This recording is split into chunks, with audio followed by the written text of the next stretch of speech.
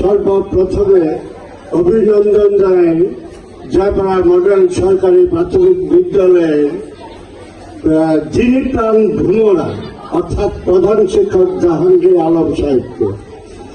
ওনার যে সুযোগ্য নেতৃত্বে ওনার সহকারী শিক্ষকবৃন্দ এই কোমলমতি ছেলে মেয়েদেরকে যেভাবে উদ্বুদ্ধ করে সুন্দরভাবে পড়াশোনা করিয়েছেন, যার জন্য এই সকল ছোট্ট ছোট্ট শিশুরা বৃত্তি পেয়েছে, তাও ট্যালেন্টফুল।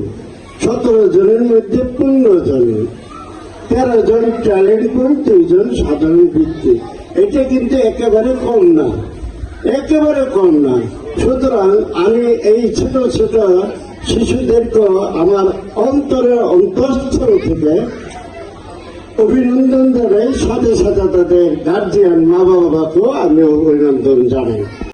2025-এর কৃতি শিক্ষার্থীদের সংবর্ধনা অনুষ্ঠানে উপস্থিত সম্মানিত প্রধান অতিথি, সম্মানিত সভাপতি, প্রধান অতিথি এবং আমাদের বিশেষ অতিথিবৃন্দ এবং উপস্থিত নবনির্বাচিত নবগঠিত ম্যানেজিং কমিটির সম্মানিত সদস্যবৃন্দ, কৃতি শিক্ষার্থীর অভিভাবকবৃন্দ এবং আমাদের অন্যান্য অভিভাবকবৃন্দ এবং প্রাণপ্রিয় শিক্ষার্থী ভাই বোনেরা, আসসালামু আলাইকুম। আমরা আজকে এই অনুষ্ঠানের আয়োজন করতে পেরে এবং আমাদেরকে যারা এই অনুষ্ঠান করতে সহযোগিতা করেছেন, পৃষ্ঠপোষকতা করেছেন, তাদের কাছে আমি জয়পাড়া মডেল সরকারি প্রাথমিক বিদ্যালয়ের শিক্ষকদের পক্ষ থেকে প্রধান শিক্ষক হিসেবে আমি আন্তরিকভাবে ধন্যবাদ এবং কৃতজ্ঞতা জ্ঞাপন করছি। আমার এই অনুষ্ঠানে যারা স্বেচ্ছায় অনেকে এসেছেন, এই জন্য আমি আরো প্রাণ ভরে তাদেরকে ধন্যবাদ এবং কৃতজ্ঞতা জ্ঞাপন করছি। আমার অনুষ্ঠানকে সাফল্যমণ্ডিত করেছেন। আমার এই ক্ষুদে শিক্ষার্থীরা এই পরীক্ষায় আমার 25 জন ডিআরভুক্ত শিক্ষার্থী ছিল, আমি 17 জনকে প্রেজেন্ট করতে পেরেছি এবং 17 জনের মধ্যে 15 জনই বৃত্তি পেয়েছে, 15 জনের মধ্যে 13 জন ট্যালেন্ট পুলে বৃত্তি পেয়েছে এবং 2 জন সাধারণ গ্রেডে পেয়েছে। বাকি যারা পরীক্ষা দেয়নি তাদেরকে আমি অনেক মোটিভেশন করেছি। বিদ্যালয়ের সম্মানিত প্রধান শিক্ষক মহাশয় এবং উপস্থিত অতিথিবৃন্দ এবং আমাদের প্রিয় শিক্ষক শিক্ষিকাবৃন্দ, উপস্থিত অভিভাবক এবং আমার স্নেহের বন্ধুদের আমার পক্ষ থেকে আন্তরিক শুভেচ্ছা। আজকের এই আনন্দ ও গৌরবের দিনে ট্যালেন্টফুল বৃত্তিপ্রাপ্তদের পক্ষ থেকে কিছু বলার সুযোগ পেয়ে আমি অত্যন্ত আনন্দিত ও গর্বিত। আজকের এই অর্জন শুধু আমার একার নয়, এর পেছনে রয়েছে আমার মা বাবার অদম্য উৎসাহ, নিয়মিত তদারকি এবং আমাদের শ্রদ্ধেয় শিক্ষকদের অক্লান্ত পরিশ্রম ও সঠিক দিক নির্দেশনা। তারা সবসময় আমাদের কেবল ভালো ফল করার জন্যই নয়, বরং একজন ভালো মানুষ হিসেবে গড়ে তোলার জন্য চেষ্টা করেছেন। ক্লাসের স্যারদের চমৎকার পাঠদান এবং পড়ার প্রতি ভালোবাসা তৈরি করার কৌশল আমাদের আজকের এই সাফল্যের মূল চাবিকাঠি। অতিথিবৃন্দ এবং শিক্ষকদের আদাব এবং নমস্কার। আজকে অভিভাবকদের হয়ে আমাকে কিছু বলার জন্য স্যার যে সুযোগ করে দিয়েছে, তো আমি কিছু বলতে চাই। সেটা হচ্ছে, আমরা এক হয়েছিলাম বলেই স্যারদের সাথে এরকম একটা ভালো রেজাল্ট পেয়েছি। তো আমি চাইবো যারা এখনো এই স্কুলে পড়ছে বা যারা সামনে বৃত্তি পরীক্ষা দিবে, তারা স্যারদের সহযোগিতা করুন। একজন শিক্ষক, একজন অভিভাবক এবং ছাত্রদের সহযোগিতায় পারে একটা ভালো রেজাল্ট এনে দিতে। তো আজকে স্যাররা হয়তো আমাদের ছেলেদেরকে ওইভাবে গড়ে তুলেছে দেখেই তারা এরকম ভালো একটা রেজাল্ট দিতে পেরেছে এই স্কুলকে।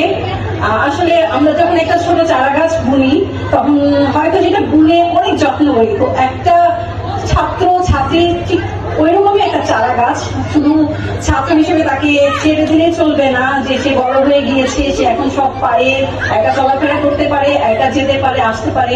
আমি মনে করি প্রত্যেকটা গার্জিয়ানের উচিত তার ছেলে কোথায় যাচ্ছে, মেয়ে কোথায় যাচ্ছে, কিভাবে পড়াশোনা করছে, কতক্ষণ পড়ছে, বা তার বই কি সে সত্যি পড়ছে কিনা, বা টিচারদের কথা শুনছে কিনা, আদৌ স্কুলে ঠিক মতো নিয়ম শৃঙ্খলা মানছে কিনা, এগুলো দেখা উচিত। ঘর সংসার প্রত্যেকটা নারী করে, তারপরেও তাদের একটু সময় দেওয়া উচিত সন্তানদের প্রতি। এটা আমার প্রত্যেকটা মায়ের কাছে অনুরোধ যে আপনারা প্রত্যেকটা বাচ্চার পেছনে একটু সময় দেন। প্রত্যেকটা বাচ্চাই খুব ভালো, কারণ কেউ মানে জন্ম থেকেই ভালো হয় না, তাকে তৈরি করে নিতে হয়। তো আমরা যদি চেষ্টা করি যে তাদেরকে আমাদের এই আজকের সন্তানদের মতো গড়ে তুলবো, তাহলে অবশ্যই একটু সময় দিন, একটু সময় দিন। আমি কিছু কথা বলতে চাই। আমরা এখন যে কম্পাউন্ডে অবস্থান করছি, উত্তর জয়পুরা মডেল সরকারি প্রাথমিক বিদ্যালয়, এই বিদ্যালয় প্রতিষ্ঠার পিছনে যেই পরিবারের ভূমিকা সব থেকে বেশি, চৌধুরী পরিবার। সেই চৌধুরী পরিবারের সন্তান জনাব আনোয়ার শরীফ চৌধুরী আমাদের মাঝে উপস্থিত আছেন। আমরা জানি জয়পুরা কলেজ, জিএম কলেজ এবং এই স্কুল এবং জয়পুরা পাইলট স্কুল প্রতিষ্ঠা এবং পরিচালনার ক্ষেত্রে এই পরিবারের অবদান সব থেকে বেশি। এই স্কুল প্রায় 87 বছর পূর্বে 1939 সালে এই স্কুল প্রতিষ্ঠা হয়। সেই স্কুলের ইতিহাসে সব থেকে বেশি বৃত্তিপ্রাপ্ত শিক্ষার্থী 2025 সালে আমরা পেয়েছি। 17 জন শিক্ষার্থী অংশগ্রহণ করে, আপনারা জানেন তার মধ্যে 15 জন শিক্ষার্থী বৃত্তি পায় এবং 13 জন ট্যালেন্টের বৃত্তি পায়, যা কিনা দোহারের মতো সর্বোচ্চ। আমার অন্তরে অন্তঃস্থল থেকে দোয়া করছি যে মহান ব্যক্তি আজকে আমাদের এই স্কুলটা প্রতিষ্ঠিত করে গেছেন, মধু চৌধুরী, আমাদের দোহারগঞ্জ তথা ঢাকা জেলার গর্বিত সন্তান, বিশেষ করে আমাদের সমাজের গর্বিত সন্তান, আমাদের দোহারের গর্বিত সন্তান। আমরা গর্ববোধ করি তার মতো একজন শিক্ষা অনুরাগী এবং দেশপ্রেমিক মানুষ আমাদের মাঝে জন্ম নিয়েছিলেন। আমিও এই স্কুলের একজন ছাত্র। আসসালামু আলাইকুম। শিক্ষাই জাতির মেরুদণ্ড। যে জাতি যত বেশি শিক্ষিত, সে জাতি তত বেশি উন্নত। শিক্ষাকে এগিয়ে নিতে হলে প্রাথমিক শিক্ষাকে গুরুত্ব আরোপ করতে হবে। এই গুরুত্ব সহিত প্রাথমিক শিক্ষাকে আমরা এগিয়ে নিতে পারলেই শিক্ষা ভবিষ্যতের প্রজন্ম এগিয়ে যাবে। সেই হিসেবে আমরা এই প্রাথমিক শিক্ষাকে গুরুত্ব দেব এবং বর্তমানে যে আমাদের এই অত্র এলাকার যে প্রাইমারি সরকারি স্কুলগুলা, এগুলোতে ছাত্রীর পরিমাণ অনেক কম। তো সেই পরিমাণ কম হওয়ার কারণেও এখানে বর্তমানে দোকানে সর্বোচ্চ বৃত্তি পেয়েছে এই জয়পাড়া মডেল সরকারি প্রাথমিক বিদ্যালয়। সেই জন্য এই অত্র এলাকা অত্র বিদ্যালয়ের প্রধান শিক্ষক সহ অন্যান্য শিক্ষকবৃন্দ এবং অভিভাবকবৃন্দ এবং ছাত্রছাত্রীবৃন্দ অনেক পরিশ্রম করেছে। এই জন্য সকলকে আমি আন্তরিকভাবে ধন্যবাদ জানাই। সালাম, শ্রদ্ধা, ভালোবাসা। আমার আর নতুন করে এখন পরিচয় করানোর কিছু নেই, শেষ পর্যায়ে এসেছি। খুবই আনন্দিত আপনাদের এখানে উপস্থিত থাকতে পেরে।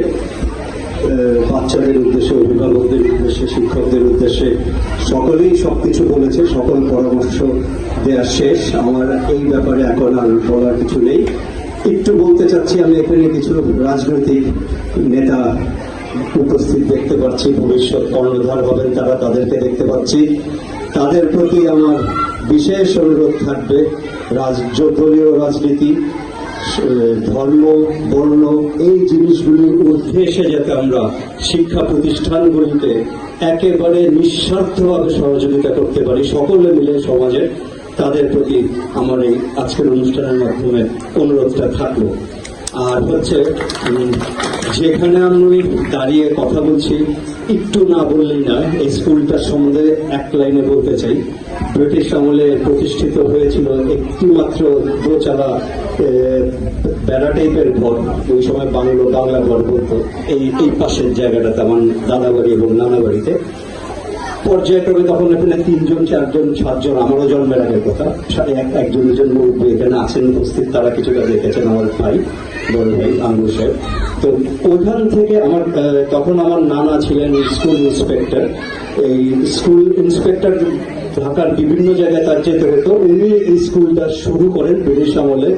এরপরে আমার চাচা বাবা তারা এই জমিটা কিনে এখানে দান করে এই স্কুলটা প্রতিষ্ঠিত হয়। এইভাবে একটু তোমাদেরকে জানিয়ে রাখলাম, যাতে ভবিষ্যতে তোমরা এই সম্বন্ধে গর্ব করে একসময় বলতে পারবা যে একটা ছোট্ট ছাত্রা ঘর থেকে আজকে বহুতল ভবন, এবং ভবিষ্যতে আরো ভালো হবে ইনশাআল্লাহ।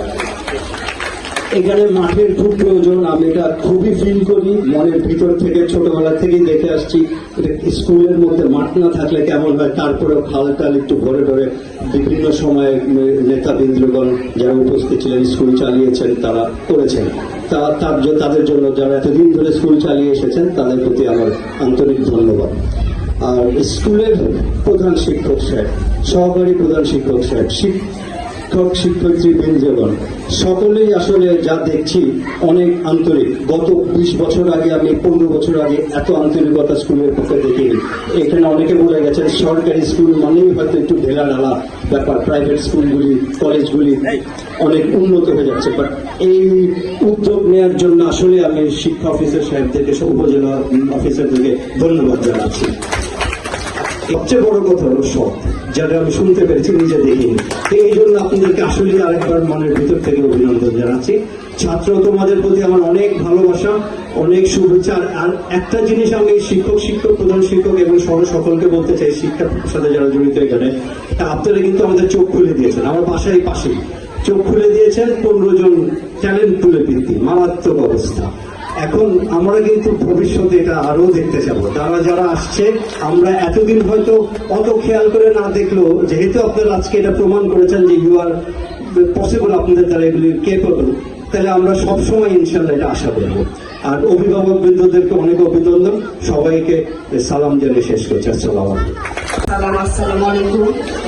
তবে আমি প্রথমেই ধন্যবাদ দিব এই স্কুলের প্রধান শিক্ষক এবং ম্যানেজিং কমিটি, নবনির্বাচিত ম্যানেজিং কমিটিকে এজন্যই যে তারা আজকে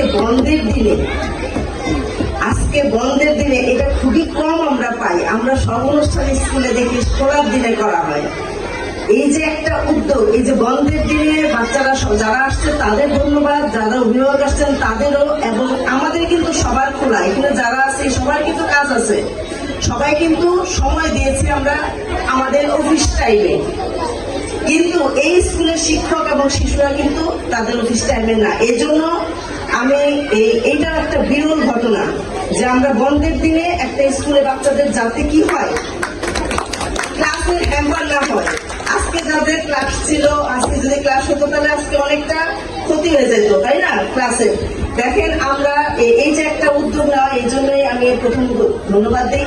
দ্বিতীয়ত আমি ধন্যবাদ দিচ্ছি যারা 25 সালে চলে গেছিল, মানে 26 সালে 6-এ উঠে বিভিন্ন স্কুলে ভর্তি ছিল, তাদের যে কি প্রচেষ্টায়। কারণ আমার অনেক স্কুলে একজন আছে, এরকম আছে একটা স্কুল একজন উপস্থিত হয়েছিল বৃত্তি পরীক্ষায়, করতে পারে নাই। ওনারা কি করছে, 17 জনকেই উপস্থিত করতে পেরেছিল। 17 জনের মধ্যে 15 জনকে উপস্থিত করতে পেরেছিল, কিন্তু অনেক স্কুলে কিন্তু এইটা করতে পারে নাই। কারণটা কি? এইটাও কিন্তু শিক্ষকদের উপরে। আমরা সবসময় বলি যেমন প্রধান শিক্ষক তেমন তার স্কুল। এইটা স্কুলের শিক্ষকদের জন্যই আমি মনে করি যে আপনাদের মোটিভেশনের মাধ্যমে যারা অভিভাবক আছেন তার আজকে কিন্তু ওরা কিন্তু 6-এ, ওদের নিয়ে কিন্তু এখনো বসে আছেন। তার মানে আপনারা এদের পিছনে সময় দেন, যেটা সবাই বলছে যে সময় দিতে হবে, সময় দেওয়াতেই কিন্তু এই ফলাফল। তা আমি অত্যন্ত খুশি হয়েছি এই কয়েকটি কারণে। এই স্কুলে আমি মাঝে মাঝে আসি, আমি শিশু শ্রেণীর বাচ্চাদেরও রিডিং করতে পারে, বর্ণ চিনে এই স্কুলে। আমি সব মিটিংয়েও বলি যে যদি, অথচ আমাদের অনেক তৃতীয়, চতুর্থ, পঞ্চম শ্রেণীর বাচ্চারা কোনো রিডিং ভালো পারে না, এখানে পারে। এটা শুধু কিন্তু আসলে একটা স্কুল প্রধান শিক্ষক বা শিক্ষকদের দ্বারা হয় না। এখানে এটা প্রাণে বাঁচাতে, যেমন আমরা একটা মানুষের মধ্যে অনেকগুলো অর্গান থাকে, কিডনি, হৃৎপিণ্ড আছে না আমাদের ভিতরে, লিভার। এরকম একটা স্কুলে কিন্তু প্রাণ যদি বলি শিশুরা, তার সাথে যদি অভিভাবক না থাকে, এলাকাবাসী না থাকে, শিক্ষকদের সহযোগিতা না থাকে, আমাদের 5টা জিনিস আমি জানি যে এই 5 জনের সহযোগিতা একটা স্কুল ভালো হয়। শুধু একা হেডমাস্টার ভালো করতে পারবে না, শুধু একা শিক্ষকরা পারবে না, শুধু ছাত্র ভালো হলেও হবে না, তার সাথে সমাজের লোকজনও থাকতে হবে। আমরা সবসময় বলি সরকারি প্রাথমিক বিদ্যালয়, আমি সবসময় বলি এটা সামাজিক প্রাথমিক বিদ্যালয়।